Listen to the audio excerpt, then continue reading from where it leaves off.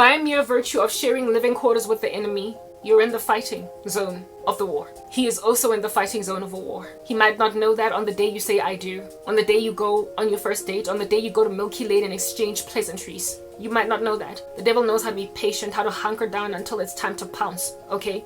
When you know it's time to fight is when bombs get dropped in your camp. Suddenly, that's how you know how close to the front lines of battle you are. So the entities that dwell in this man, the demons that dwell in this man that he's likely had since he was a child, given that he never gave his life to Jesus Christ, they're still in him. You will see how much of their ugly hairs they can rear now that they're in the climate of a Christian. Entities can lie dormant in a guy that you call nice and sweet for years. But my oh my, watch how he treats the new colleague that starts that's a Christian. You will think Chris is out of character. You will think Chris has lost his mind. He's unhinged. I don't know what Cassandra ever did to Chris, but there is something inside Chris that can't stand the spirit of Cassandra, and otherwise a sweet dude will act awry because these demons will manifest in the climate of a saint. Now if you go and you say and you cause Chris and Cassandra to marry, what in the world? Chris will understand that he's in the front lines of satanic battle, and Cassandra, if at all she is not sober for the day, will find out the hard way that she was placed at the front lines by the irresponsible decision to accommodate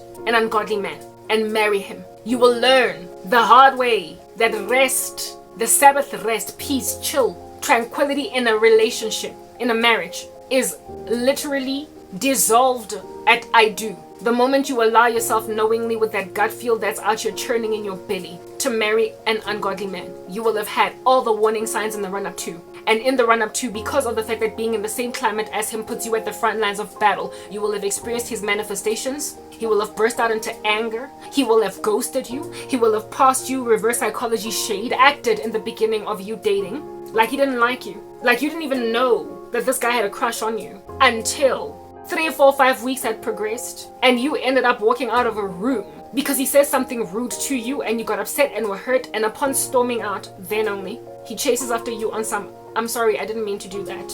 It's just that this, that, and the other, only for you to find out that this guy that's been treating you like the scum of the earth, like bubblegum underneath his feet, actually likes you. Whoa, but things culminated to a point where you stormed out of a room because he was so rude. He's known all this time that he likes you, and yet he chose to treat you like trash. And you think that's romantic? You think it's romantic for a guy to treat you like nonsense that claims to have strong feelings for you? What in the world? You think it's romantic? You think it's romantic? Oh, I didn't know. It's just that he was so, like, he didn't even look at me in the eye. He was so aloof. He always spoke to everybody else and not me. And the way that he used to speak with me in our projects, he was so harsh, but it's only because he loved me so much and he cared so much about me. And so wanted me to basically pull in my weight and do my best by treating me the harshest out of all the colleagues in the room. He was just super critical of me because he really cared and he knew that I could do better. He's not your boss. He's also not your boot camp trainer that's out here teaching you to toughen up, straighten up, fly right because you don't know who your enemy is. He is a man that is trying to be your husband. He is supposed to wear his heart on his sleeve. He is supposed to show you that he wants you to do better. He's supposed to care. He's supposed to basically give you preferential treatment. And when he doesn't give you preferential treatment, he evidences that, like I said, he is rather like your boot camp instructor at weight loss camp. He's not going to take prisoners. He's not going to take your nonsense lying down. He's not going to spoil you, coddle you. He's not going to treat you like a little baby because you must be trained, disciplined to get your own act together. Get up and walk, straighten up and fly right. I'm not going to chase after you like your baby. Get up, soldier, hot, hot. When a man treats you like that, but you're his girlfriend, his wife, hot. I'm not going to show you how I love you because I want you to get yourself disciplined, hot. You must understand how this love thing works. You must just get that I love you, hot. Straighten up, do better, but on the odd day, trainer, boot camp instructor will, share all. He'll spill the beans because you're so discouraged. You're so discouraged that now you want to quit boot camp. Then only he's like, no, I've only been hard on you because I wanted you to do better. I knew you could push yourself. That's why I've been harshest to you in comparison to everybody else, because I knew you could be the best. I've only been treating you like trash because you were the best girl in the room. You're not my boot camp trainer, you idiot. You want to be my husband. You better treat me like a spoiled kid, because if not you, who else? Because everybody else in this world treats me like a boot camp trainer. You must treat me like the coddled kid that must be fed everything spoon-fed, spoiled like a grandmother out here spoiling the grandchild. That's how a husband is supposed to be to a wife. Spoil her, not treat her like some hard task master that's trying to bring out the best in a person living in a killer world, in a big world that is mean. What are you going to be, one of the big monsters I must fight as my husband? Be afraid, be very afraid. Walking down the aisle to a man like that, honeybee, walking down the aisle to a little monstrosity of that crazy nature, my darling, is going to finally, once and for all, once you say, I do, Gavuma, you will wake up in such a tumultuous, hot war somewhere in the middle of the Middle East, or in present-day Sudan. You will find yourself in the Gaza Strip for a marriage, when yesterday you thought you were sleeping soundly in your bed in some tranquil, war-silent terrain.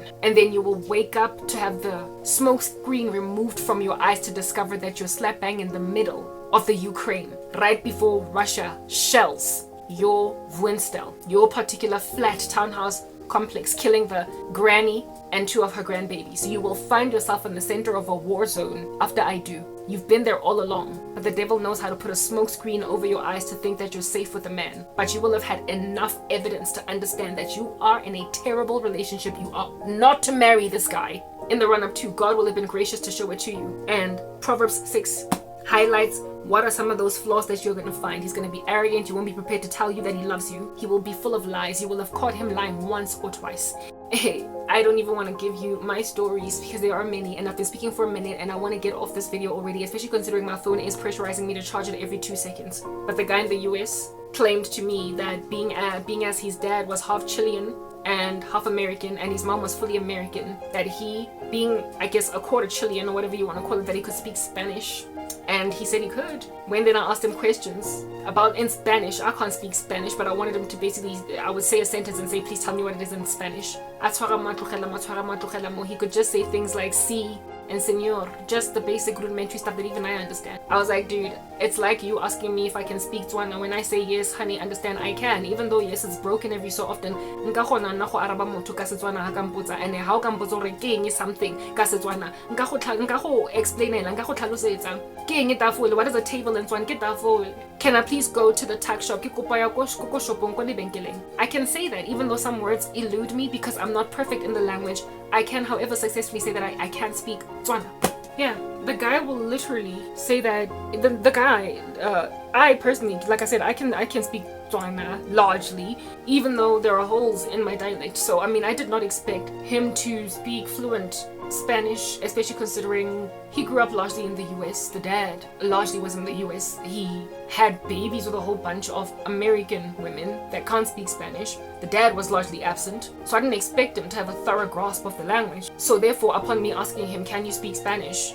He was supposed to say, only as much as any kid that would study Spanish in school in the US can speak Spanish. Pretty much with the same level of proficiency that I, as Karabo, can speak Afrikaans. Ek weet van 'n tafel. Ek gaan by die skool môre. I'm going to the school tomorrow, and even then, that's probably not even the right way to say it. I understand a couple of words. If somebody spoke in Afrikaans slowly enough, I might be able to tell you generally what they were saying.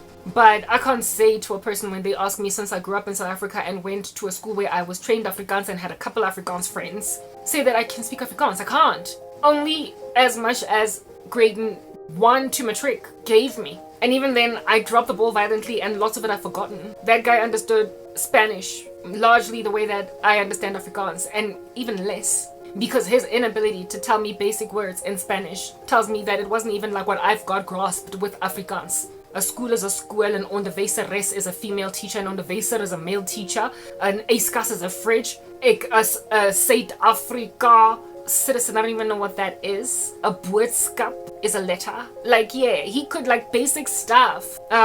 I think Adrek's kinder is it Afrika? Not Afrikaans. Afrikaans is Afrikaans. Geography, or is it history? Well, I don't know. I just know that it is a subject. This guy couldn't even give me basic words in Spanish. He was here, there, and everywhere, and he was like, I'd have to look it up. If it was so primary a language that you would tell me that you can speak Spanish, dude, you were supposed to say yes. And then go on to elaborate what it is in Spanish, what I'm asking you. And if at all you don't have a proper grasp of the language but only have a couple of words here and there, I was not going to judge you. Nobody out here that I'm fraternizing with upon asking me, seeing as I'm from South Africa and he understands the nuances of South Africa enough to ask if I can speak Afrikaans, is going to be disappointed that I just don't quite have a grasp of the language. He's not going to be disappointed. He's just going to be like, oh, okay. Well, I know that a couple of South Africans can speak Afrikaans. I guess you can't. That's all that would have been. That's all that would have been. I wouldn't have been disappointed that I don't have an Espanol chilling in my backyard. I would have just been like, oh, okay, well, seeing as your dad is half Chilean, I figured that maybe you might know how to speak some Spanish.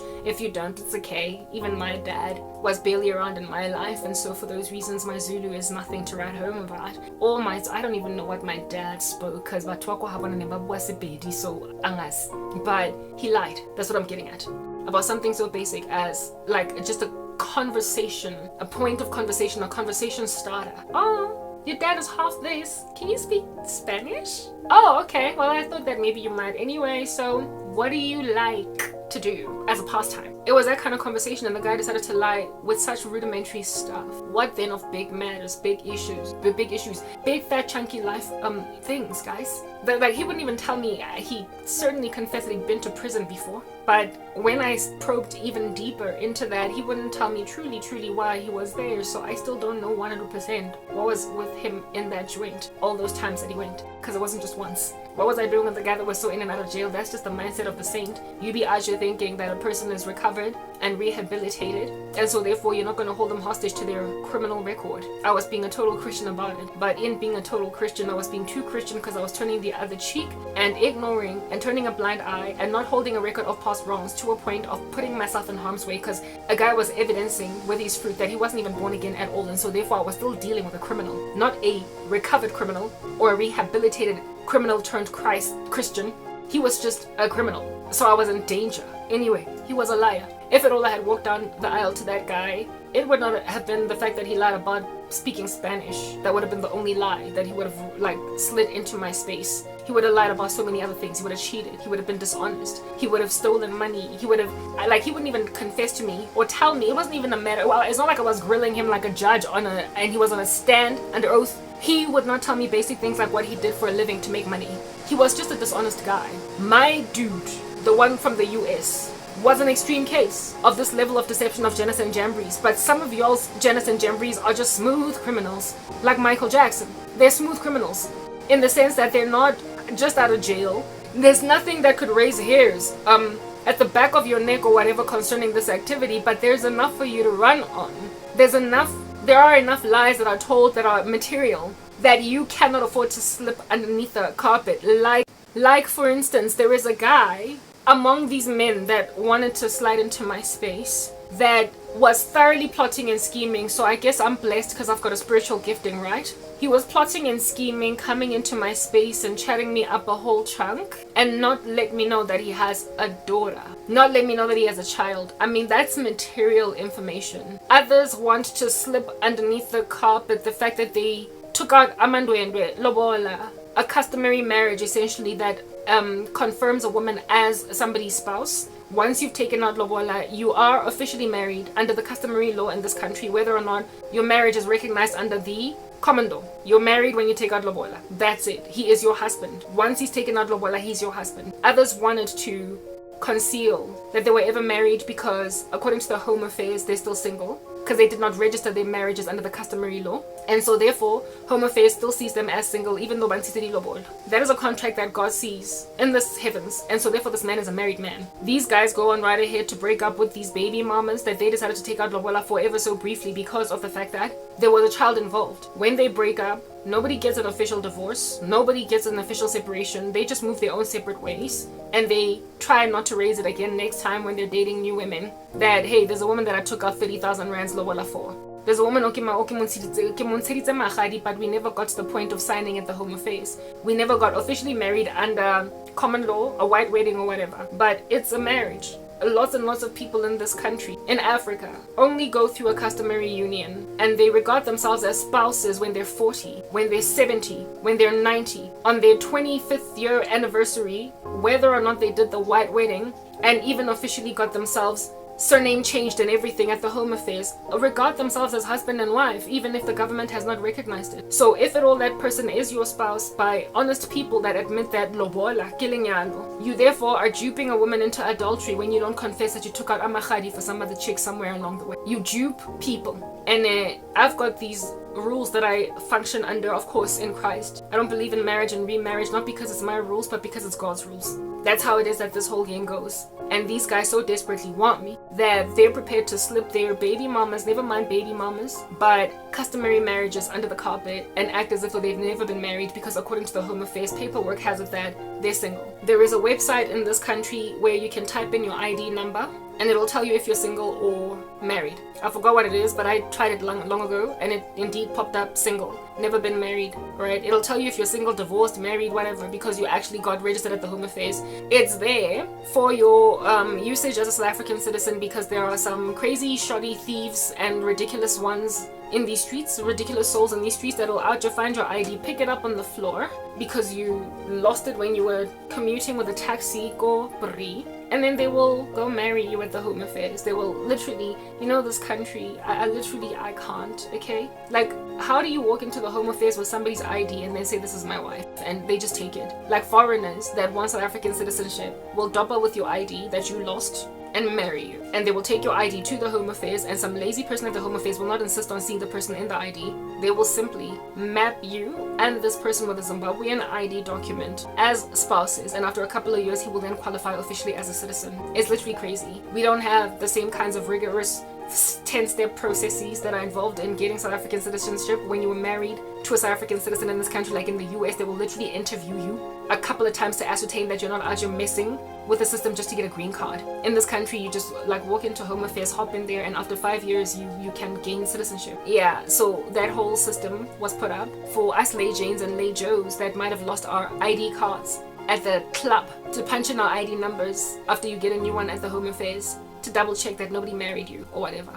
That system where a person can easily just go on Google, type in their ID number and discover that, I'm still single. Men are be trying to put that in your face on some, look baby, I'm still single, when and nobody went to the Home Affairs to change surnames and validate, because indeed under customary law, you're married, right? Because but it is only when you go and you register yourselves at the Home Affairs are you going to be regarded by your government as married. It's a contract before God. Like, honor, be reverent before a holy God, to recognize that even if you get married in a desert, nowhere near structures of census taking by your governments, as soon as you say I do in the wilderness, before a couple of witnesses, including God, whether or not it takes you 10 years to get to an official government to register that marriage is irrelevant, because before God you are married. He is the be all and end all of ultimate governor, and once you make a contract before him, you are married. That's why all women suffering from gender-based violence and deception are equal, but some women suffering from gender-based violence and deception are more equal than others. Literally, Christianity makes all the difference, because when you're in Christ, you will be told by the Lord, things will just pop up out of the woodworks. If you're Karabo, you might get it in a dream or a vision because you're blessed, you've got a spiritual gifting, but sometimes the Lord will make this dude Aja walk in a Freudian slip one too many times for it to be happenstance. Or you will go to the mall on your date, after all you do love Milky Lane ice cream, and while you're at the Milky Way, some woman will rock up out of nowhere, be like, hi Jabu, hi Temba. He will shuffle in his pantyhose, only for you to overhear, or for her to pretty much blurt out that, goodness gracious, and to think that I let you take out Mahadi for me. It's so funny. They're broken up. She's out here doing her own thing at the store, and then you come to learn that this here is his ex-wife. Like, they will literally hide things so big as ex-wives. Never mind under customary marriages. From what the Lord showed me, some of them have actually been officially married and divorced under the common law, as in registered at the Home Affairs, as in some other women once upon a time walked around these streets with his surname, and then they got divorced, but there were no children. And so because of that, he's trying to actually look like he's as single as he was when he was in grade 10 in high school, when he meets you, and then tries to marry you and says that, but divorce is a technicality. When you have no reverence for God, you will consider divorce a technicality when you're trying to marry another one. You have no regard for contracts. It's written in God's word in 2 Timothy 3 that among the character flaws of men in the last days and women is that they're going to be truce breakers, promise breakers, covenant breakers. So they will have no regard for the promises they made to people. Like, you're my husband, I'm your wife. They will have no regard for contracts. Contracts like marriage, the covenant therein, it's heavy in the sight of God. It's a whole big thing. Like, it's a spiritual, big, fat, chunky thing. And yet they will just glide it to the left, slide it to the right, like an unchosen person on Tinder, and then move on to the next one. Out here manufacturing in the 21st century a whole bunch of Elizabeth Hurleys. Like, when as a woman you're content with being married to multiple men, when back in the day it was taboo to be Elizabeth Hurley, you do read, or is it Taylor, that woman that had many husbands? There was upon a time when that was taboo, but now having 3-4 spouses is nothing. It's not as taboo as, because there is just no respect or honor for the institution of marriage and for the contract, the covenant that is created therein by God. And when you traipse into the life of a godly person and then you subjugate them to the tyranny of adultery when they've been waiting on God for a husband for, in my case, 13 years, what are you doing? A person that's been celibately waiting for God for a husband for over a decade, and then the first thing they hop into is an adulterous marriage where you are marrying someone whose ex-wife is still alive and she's walking these streets. In some instances, these guys literally want to hide a child or children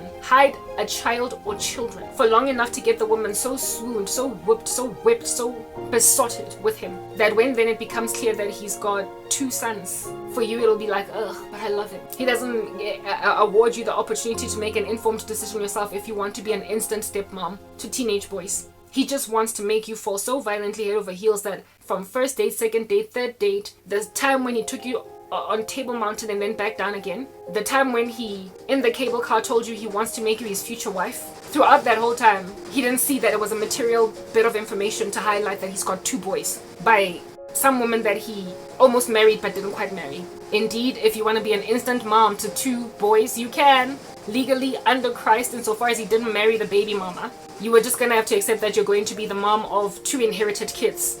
But that's information that ought be at your disposal literally from the first date. From the first time you speak on the phone, the first time he hollers at you wherever, he should put it even in a WhatsApp. I got 2 kids. Are you cool with being with a dude that has kids? But these guys know how I feel about that, in particular, Karabo one. So I have had dreams of the Lord showing me that some of them literally want to hide that they've got kids or a kid until I'm so in love that I'll be like, ugh, but. The dude in America at least was honest from the get-go, made it clear that he had 2 kids by 2 different baby mamas, one of the kids of which he wasn't in the life of. But the Holy Spirit told me those are the only 2 that he confessed to, so he wasn't that honest. But he certainly did tell me from the get-go, and I decided, because I was desperate, to accommodate it anyway, because I'm like 37. At the time I was 37, I'm 40 now. Now I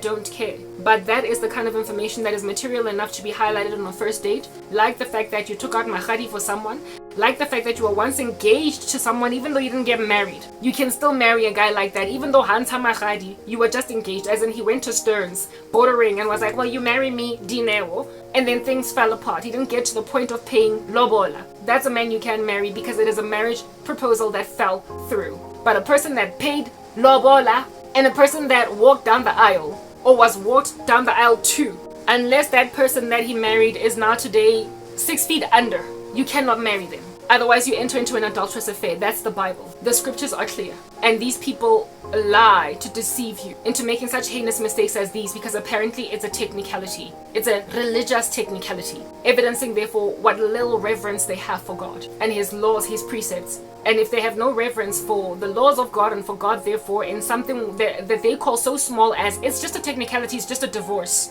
that is a person that therefore has no reverence for God at all pertaining the rest of his precepts, because at the end of the day it's just murder, it's just cheating, it's just one girl, it's just a kiss. If you can say it's just divorce, or it's just conveniently neglecting to mention that I've got a son, so a lack of transparency, it is also going to be just a slap. You cannot trust a liar, especially when he lies about such material information. Even if the information is not material, especially if anything, it's not material. It's like this is a non-issue, it's a non-mention.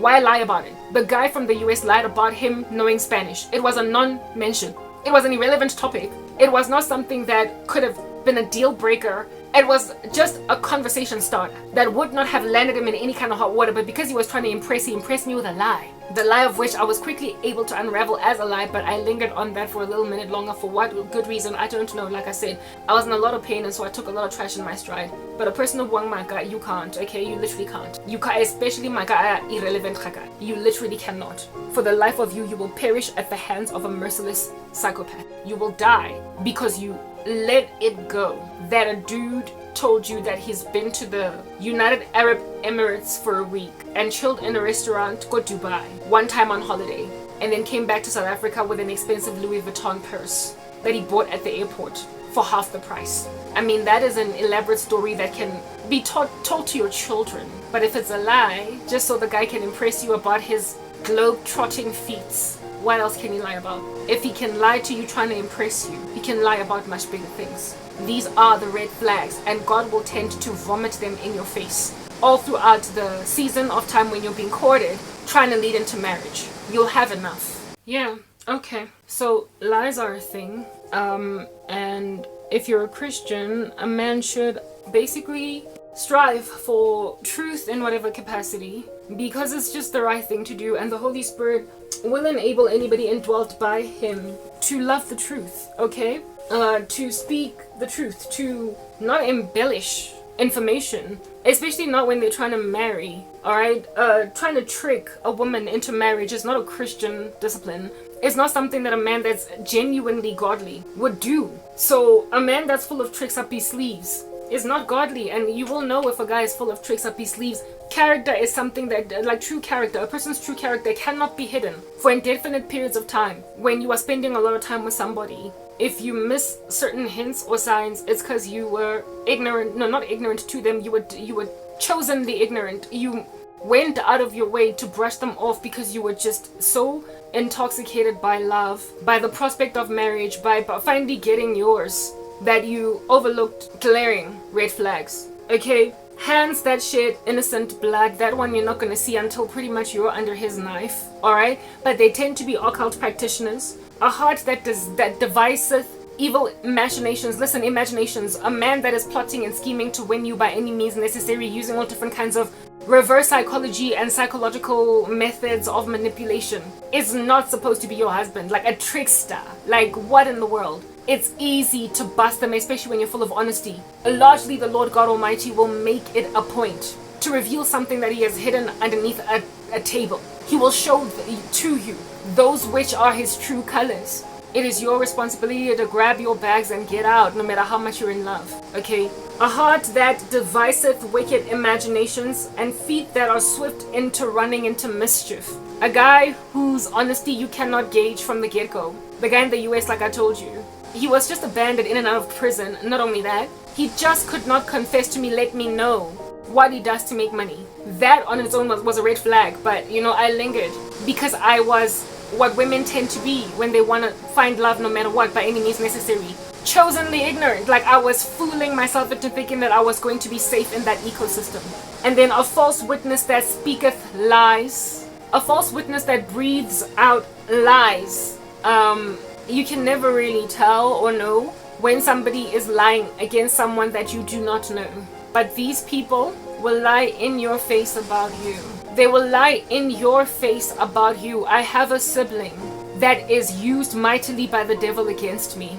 And this person will stand in front of me and lie to me about a truth that I know is a lie. For instance, there was a day when she was arguing with me long ago. I stopped arguing with her because I found a strategy to survive her. You know, those headphones and everything? Yeah. But back when I was still listening to her nonsense, she looked me in the eye. Seeing as she's my sister, we had been in communication with each other pretty much all our lives. When I was taking myself through school, paying my own fees at Wits, she was privy to that. We would speak on the phone. I would lament to her on some, oh, fees are so expensive every year. There was a year when I asked her to help me out with my registration fee, and she paid all of it and didn't ask me for money back. She was essentially aware that I paid for my own fees, taking myself through school, after my mom dropped the ball and did not pay my fees. And recently, by recently I mean months ago, because I stopped fighting and striving with her, I matured. Alright? She looked me in the eye and said, you ingrate. Ma took you through varsity all through it. Almost like she was paying for my fees while I was lodged as a warm body in a chair in corporate South Africa, as a whole thriving young professional, and my parents are still paying my fees. She spoke to me and said of me in my face, gazing into my eyes, and said that I'm an ingrate because I am completely disregarding of the fact that my mother paid for my fees while I enjoyed my salary in corporate South Africa. I paid my own fees. I've got the paper trail to show with the EFTs, the proof of payments that I emailed to Wits coming from my bank account. I don't even need to provide that proof. She was aware that I was paying my own fees because my mother was miserly, didn't even pay my fees when I was in school. I had to drop out of school, pay off the fees that she owed then only take myself back to school with personal loans and everything. And then she claimed that I was an ingrate, that after she took me to school, I then dared brazenly drop out. When I didn't drop out, they sabotaged me. They cost my entire future. And so I couldn't finish my remaining module at WITS. And then she called me a dropout in my face, that did this after, as a spoiled brat, throwing away hundreds of thousands of rands of my mother's hard-earned salary to take me to school only for me to just drop out. She said that to break my heart. It was a clear lie. And there was a time when I was ping-ponging, making like an idiot athlete at the Olympics, still out here competing when I've lost long ago. Ping-ponging arguments saying, "You're lying. I took myself to school, coupled with the fact that I didn't drop out. I was sabotaged, and I tried to go blah blah blah like Papa." I was just rapping and rapping until it dawned on me by the Holy Spirit that, honey, that's what they're trying to do. In 2 Timothy 2, I believe it is written that a soldier must not partake in civilian affairs. That we as saints of the living God are not to partake in worthless quarrelings, babblings, just rapping with unbelievers. That we must not allow ourselves to partake in coarse jesting and random fruitless conversations, because this is the kind of stuff that's going to tend you towards evil. But the wicked, knowing that the devil is the one that works in them. No man sends themselves to hell willingly. They're deceiving and being deceived. If they knew what was in it for them to do this thing, they would stop. If they knew that they would lose love and eventually their souls, they would stop. But self-deceived and blinded by the god of this world that blinds the minds of unbelievers will literally stand in front of you, performing the feats of Satan, and lie in your face with you knowing the raw, the truth, and able to hook up a paper trail with evidence. It's not about the fact that you can prove that they're lying. It's about the fact that they got to get you all riled up and therefore sin against God in being riled up. You might end up releasing expletives, swearing at the top of your throat. You might end up, because of trying to prove that somebody is lying, walk in ways that are sinful. The intention is to get a reaction out of you that's going to decimate your credibility as a saint. So therefore, when you are arguing like this with someone against whom you've got a dossier of proof to prove that they're lying, just grab your earphones, put them in your ear, play gospel music loud, wash dishes, do what you need to do, get out, so that you don't fight. In your anger, do not sin, do not let the sun go down in your wrath. That is what a narcissist and a person that you are married to that is an unbeliever will flat out do to you. Y'all understand, you are in danger when you let yourself marry an unbeliever. You are in danger, especially in 2025. Not only will they lie and act like they don't dig you in the run-up to, even though they're in love with you, not only will they treat you like the scum of the girl of the earth in the room when you're the one that they rather want to be with, not only will they bear false witness, not only will they conceal information that you will slip under the carpet because, ooh, you're in love, but they will lie to your face now that you're all in the relationship, now that you're all deep in it, now that you can't get out because you're married. Now that you can't get out because you're married, or at least it's going to be really rough for you to get out now that you're married. He's basically kind of trapped you, right? Now that you're in this, and it's going to be that much harder for you to escape. He will tell you lies in your face that you know are lies that have got a paper trail that you can prove in your favor. Basically, the data, the exculpatory evidence is in your favor, and he will conjure these up in your face when you've got 10,000 witnesses to testify to your veracity concerning this matter. He will lie in your face anyway. Not because, yes, he is that narcissist and he enjoys just getting you riled up, you crawling up a wall like a demon-possessed person, like you're Emily Rose, out here crawling up the wall like you're a fly with sticky legs. Not only will you get you crawling up the wall like that, his entities are thoroughly trying to get that reaction out of you. They're trying to get you to literally lose your cool. The Bible, so many places therein it is written, be still, be still, be still, chill, relax, don't be anxious for anything, but in all things by prayer and supplication with thanksgiving make your request known to God, and his peace which transcends all understanding will guard your hearts and minds in Christ Jesus. The scriptures are littered with instruction to just shut up and hunker down. Wait for the Lord, because he is your justice. He is your vengeance. But a person that keeps on lying in your face like this will get you to take matters into your own hands. Do you understand? You will not turn the other cheek. You will not be a doormat that they will walk on, that the Lord might be your justice. You will take matters into your own hands. You will thoroughly dig up all different kinds of caskets just to prove that you are right, and in so doing you will sin heinously. You will sin. It's not like my sister did not know the truth of what was truly going on. It's that her entities, including her narcissism, because she is deceiving and being deceived, it's that she wanted to get that reaction out of me. Once I wisened up, straightened up, flew right, I realized that I'm best off walking around carrying headphones in my ear that are blasted at the height of noise, even though I'm risking my hearing later on in the future, because rather that than sin against God, enter heaven maimed, than to enter heaven with your body parts intact, than to enter hell fire with your body parts intact. Rather go to heaven deaf, because for years you kept on listening to blasting music in your ear just to drown out a person that is being spoken through by an entity. Rather end up deaf with no hearing, because you did that for 5 years on a loop, messing with your hearing. Rather end up wearing a hearing aid as an old lady, even though it doesn't run in your family, to lose hearing when they get older. Rather end up with that for a problem. Long story short, enter heaven maimed, than to go to hell with your body parts intact, having hearkened to your wrath, taken matters into your own hands, and decided to retaliate against somebody that you could easily prove you were right concerning, but that you decided to do it your own way like you're Frank Sinatra, and so sinned against God. Enter heaven maimed. So, see, and that's the lie that my sister told, but in the case of a husband, it would be somebody basically making like Shaggy. You caught him red-handed with your next door neighbor, the lady that lives downstairs from your apartment. You saw him in traffic with her in the passenger seat. Aipupile. Literally, Elema Kwapeni wa your husband. It is his number plate. You took photographs. You saw him in traffic when you were at the Woolies, literally driving.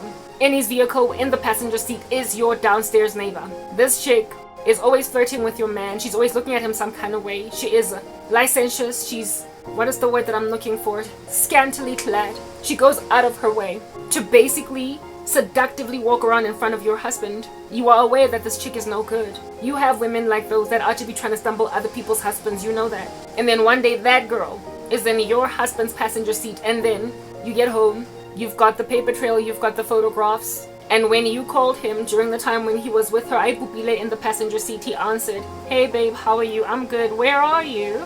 "I am chilling at this particular joint, and I'm trying to figure out if I should buy this can of beans or that one. What do you think?" "Oh, buy that other can of beans. Anyway, so where are you right now? How far are you from home?" And then he's like, "No, I'm in the parking lot. I'm about to go inside the house." He's parked outside of a restaurant that he has just exited with his nyatsi, your downstairs neighbor. And he lies in your face. You take photographs of him at that venue, and then when you are arguing at home, he makes it look as if though you're stalking him. He makes it look as if though you're the one that's following him around. How dare you ask him where he was when you knew that he was at the restaurant with the nyatsi? And then he twists it around and says, "I didn't tell you where I was at because I knew that you would jump to conclusions. I was just giving that chick a lift because she wanted to go to the store and I was on my way there anyway. As for being at the restaurant, I was just parked there. I was not actually eating at the restaurant." This chick was chilling Aipupile, literally in a flirtatious mode with your husband. It was not perturbing, neither phasing to her, that he was lying to you in front of her, because that's how mistresses be. By here, batola, and they just take it in their stride that their man, your husband, their boyfriend, your husband, is lying to you in front of them. It's like it's a rush for them or something. Okay? Yeah, whatever. With all this data, you will ping pong to and from with this bugger in the house, and you will somehow make it look like you are an uncontrollable, unstable woman that is a surveiller. He will treat you like unruly police that have put on him the audacity and ankle monitor, and so you can't go anywhere. He will act as if though you have put a tracker in his underwear so that he cannot take it off without it beeping. He will treat you like you are some kind of strange, over-surveilling popo when you are not necessarily surveilling him. You just happen to see his car and then basically stake out that area because it's your husband after all, and then discover that he's there with a nyasi. He will turn it on you. He will deny. When then you get tapped on the shoulder off by some strange woman at the mall talking about how she's having an affair with your husband, like Mary Jane with Avery in Being Mary Jane. He will then deny and say that everybody's jealous of your marriage. And when then you insist on talking with this woman to ask why did she lie about your husband, he will then be like, why just somebody that keeps on using reverse psychology tactics, etc. And then when things get super extreme with you embracing these kinds of lies in your stride, now you've got children a couple of years down the line. And even though you made agreements in the beginning as to what you're going to do with your kids' education, one day when money is missing from the fund of the kids' education and you raise it as an issue, this guy's then going to be like, but we agreed that should there be an emergency, we're going to tap into this fund and see what we can do to fund it later. Meanwhile, this dude is out here brokering strange business deals using your children's university fund, and he will in your face lie to you and say that you agreed that under extreme circumstances in emergencies you can tap into the kids' tertiary fund to fund a business endeavor. They lie, but it starts with him saying that he can speak Spanish. It starts with him telling you only on your third date that he's got 2 sons. It starts with him conveniently neglecting to highlight that he took out lobola for some other chick 3 years ago. And now that you're married, it's just going to keep on piling, and he will patronize you like the way that my sister used to patronize me. In my face, lie to me about something for which I have got piles of evidence. It is to rile you up.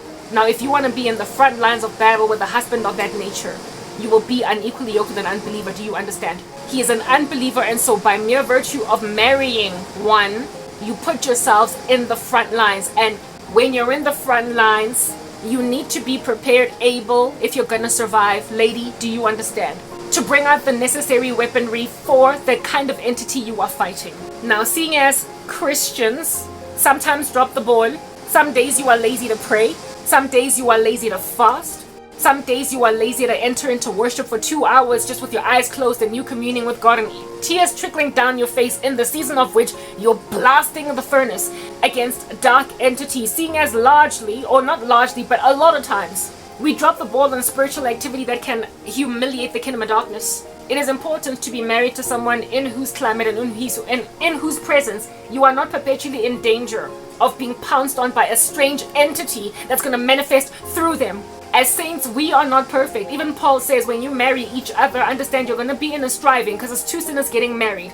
But when it's 2 sinners saved by grace, we don't have a risk here of a person manifesting demons, get it? And so therefore you don't know what's going to come out, because entities that lie dormant in under normal circumstances, relatively okay people to be in the company of, will manifest such menacing behavior in the climate of a saint that even their own family members will say of them, that was so out of character. How could my son kill his wife? How could my son slap his wife? How could my son do this thing? People do things that are so weird and out of character in the climate of saints that you can't put yourself in a marriage with an unbeliever. It's bad enough having a bad friend manifest nasty to you. At least she's a friend. You can tell her, I don't want to see you for 3 weeks.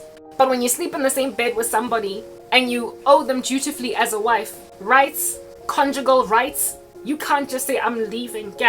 Irreconcilable differences. You have to try and make it work. And when you can't work with someone because the devil is making sure that they can't work with you, you can't negotiate, you can't talk, you can't reach a middle ground, you can't compromise, you can't reach a settlement. There is no arguing with a demon-possessed person because they are being motioned by Satan to get to you, drive you up a wall like some insect, that you might sin against God. The intention is to mess with your credibility as a witness. It is to ascertain that your works in the kingdom of God are fluffy, lackluster, at best, compromised. That's all that you can do when you are married to an unbeliever. Essentially drop the ball perpetually as a saint. You will enter heaven as through the fire, but it will be so much of a striving for you to maintain righteousness. A godly man is not going to manifest entities that have been lying dormant in him because he has not been around Christians. And then suddenly when he's in front of a saint, he's out here manifesting aggression. He's out here battling my ex-boyfriend. So as to prove to you that people have got demons pretty much all their lives, but they don't know it. They can actually be kind, smooth, good peoples until they meet saints. My ex-boyfriend, when I was being called by God and perusing the things of God, so the Holy Spirit was perpetually hovering around me and beefing up in girth, convicting me of sin, saving me for himself. During the season when I was questioning the things of God, asking, interrogating heaven, I was with that guy for 5 years. The thing that he manifested in the last 3 months of our relationship, I still don't know it to this day. He left such an ugly taste in my mouth, the way he was so rude, so mean. Something it's really out of that man that was just horrific, and I wasn't even born again yet. I was merely being called, encircled by the Spirit of God, convicted of sin, headed towards heaven. I had yet to open the door and enter in. Just conviction alone and spiritual activity and perusing the things of God alone made him manifest such hard-knocked demons that a rude dude popped out that I had not seen in 4.5 years of dating. What was that? What was that? That was a dormant entity chilling in a dude that's good peoples. He's kind, he's sweet, he's jocose.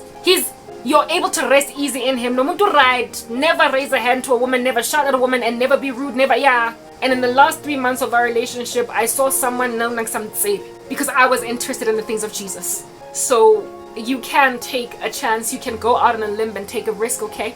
And marry an unbeliever, but understand Satan knows how to stay dormant until you're married. But the Lord is gracious enough to give you enough of the red alarms, the sirens, the red flags for you to get out on time. There will be enough. The devil will try to hunker down, but if the Lord has your back, there'll be enough manifestation, even though it's not the height of itself. It's not at the nth degree of what it could be. There'll be enough for you to flee. So understand that if a dude has already manifest something before you get married, what in the world is he gonna do once you are in the marriage? He's gonna kill you. Yeah, alright. This man will be swift to shed innocent blood. You will perish at his hands. Ever since I endured this level of gender-based violence at the hands of crazy, merciless men, especially in the occult, who have tried human sacrifice rituals against me, all I could ask myself was, I don't know how women that end up dead at the hands of their husbands or boyfriends, how they did not pick up that one day this could be a total thing, right? Like when you meet a dude at the mall playing bowling or whatever, and the two of y'all have a spark that you share, that you exchange, and you go on so many electric dates, only for one day for you to be underneath his smoking gun. How things get to a point, like how in the world could you ever foresee when you're chilling across a guy at a dinner table that he's gonna be the person that takes you out of the earth? My ex-boyfriend, like I like to say that so many of my exes, with the kind of character that they wear today now, because of their involvement in the occult, if I did not give my life to Jesus Christ, I would have died at one of their hands, especially the last one, which was the one that I was most likely going to end up married to. Kind of dude that no one would have ever fathomed could ever kill a girl, and also you could never fathom that that would ever be you under his hand. And yet you become one of those women that get taken off the earth like that by a lover, by a husband, a person of romantic interest. I guess you can't tell all the time, but with many women who have been killed before by boyfriends and husbands, according to stats, they tend to have been threatened before. There were signs that were glaring. They overlooked and brushed off relatively dangerous hints of the fact that they're gonna find themselves dead, because they thought that there's no way that this guy would ever do that to me. And some women that end up killed by men never endured any domestic violence in the run-up to. So they didn't get slapped, they didn't get hit, they might have gotten spoken to aggressively. But this was a person that has such a huge temper that every so often they just burst out into a fit of rage, even though they had enough self-control at that stage to stay themselves from hitting the woman. And also apparently 50%, listen to this, half of the women that passed, the half of the men that threatened, to kill women eventually did. 50%, like half of the men that say to women, I'm gonna kill you, do. Or they act in it and the women survive. They act on it, but the women survive. There tends to be enough for you to run with to know that you're in danger. I, however, have never endured such a violent boyfriend that he would threaten to kill me. But there have been psychopathic tendencies, weird little behaviors that were vomited throughout the time that we were together, passive aggressions that were enough red bells, warning sirens all up in my grill for me to get out already. But I was in the world at that time, and I would have married a guy that might have ended my life. The difference literally became when, upon turning 26 and being curious about God, I gave my life to God. At the age of 26, I was rescued out of a relationship that might have resulted in a homicide because of intrigue in the things of God. That same dude manifests such hectic, rude demons all up in my grill because of pursuit by Jesus of my person. That, of course, given that these entities tend to lie dormant in men until they kill women, whatever was in him was dormant. It was just sitting there like a beast, waiting for the right time to come home and roost. He had it in him. It took very long for him to do a death spell on me, the guy I was with for 5 years, but he did so far to date and counting too. They both failed, after which he let it go. But others are a lot more violent than him, who, from the first rejection, graduated to death curses, like the guy in America. I refused to get back together with him, and he then started casting spells on me for suicide. When then they would fail, he would then try bring back lost lover again. And on a loop, on and off, he's been bring back lost lover, suicide, bring back lost lover, suicide, death spell, love spell, death spell, love spell, death spell, love spell, death spell, love spell, just going on a loop pendulously. Others are unhinged at that degree. Others have to be pushed to get to the point of murder, but you can tell that there are already nuances in the very beginning. The guy from South Africa, some dude that I used to think was my future husband. I lingered on the prospect of the hope of him being my husband until I discovered that he couldn't be because he went and married another woman.